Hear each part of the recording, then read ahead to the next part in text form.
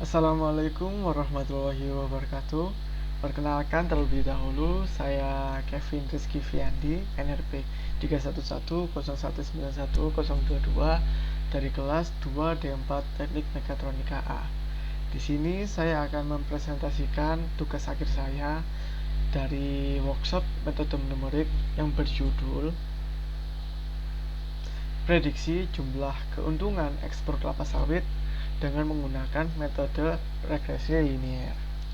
Oke, untuk keseluruhan dari presentasi yang akan sampaikan ada 5 tahap, yaitu yang pertama adalah latar belakang, lalu yang kedua adalah metode yang saya pilih, lalu yang ketiga ada hasil dan analisa, lalu yang keempat ada kesimpulan, dan yang kelima adalah referensi yang saya gunakan untuk mengerjakan tugas akhir saya.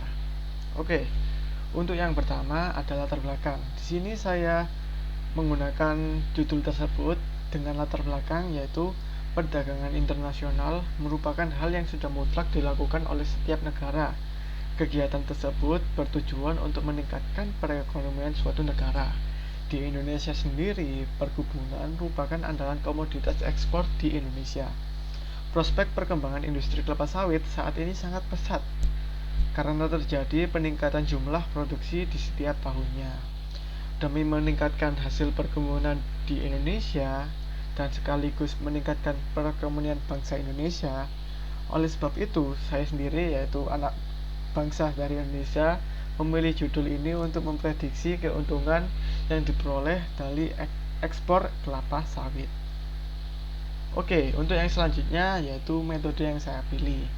Di sini saya menggunakan metode regresi linier, yaitu yang seperti terlihat pada presentasi saya, yaitu dengan Y sama dengan C plus M kali X dengan konstanta dan koefisien regresi seperti yang saya tampilkan di presentasi saya berikut ini, yaitu C dan M. Oke, untuk selanjutnya di sini saya sudah membuat listing program seperti yang tertera pada presentasi tersebut dengan didapatkan hasil seperti gambar kotak kecil di tengah-tengah ini.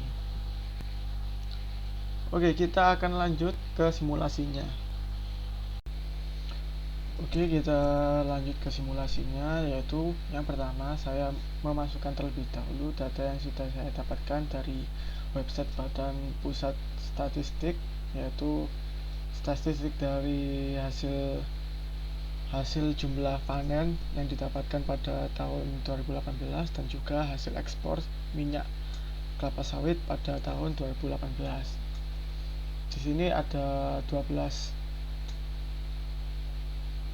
data ya, dari mulai bulan Januari hingga bulan Desember. Lalu di sini saya menggunakan input masukkan jumlah panen kelapa sawit karena di sini kita akan memprediksi dari hasil jumlah kelapa sawit yang akan didapatkan sehingga mendapatkan berapa hasil keuntungan yang didapatkan dari jumlah panen yang didapat. Lalu untuk yang ini kita membuat sebuah persamaan sehingga kita bisa mempermudah untuk kita memasukkan rumus dari regresi linier tadi. Di sini saya mengganti C menjadi A dan M menjadi B. Untuk selanjutnya di bagian ini yaitu nantinya akan menghasilkan plot grafik yang diinginkan dari data yang dimasukkan tadi. Oke, untuk langsung saja kita run dulu programnya. Di sini dapat kita lihat bahwa ini adalah data-datanya dan kita diperintahkan untuk memasukkan jumlah panen kelapa sawit yang kita dapat. Kita contohnya 82 ton. Kita enter. Nah, dari hasil perhitungan dari regresi linier kita mendapatkan jika hasil panen yang didapatkan yaitu 1982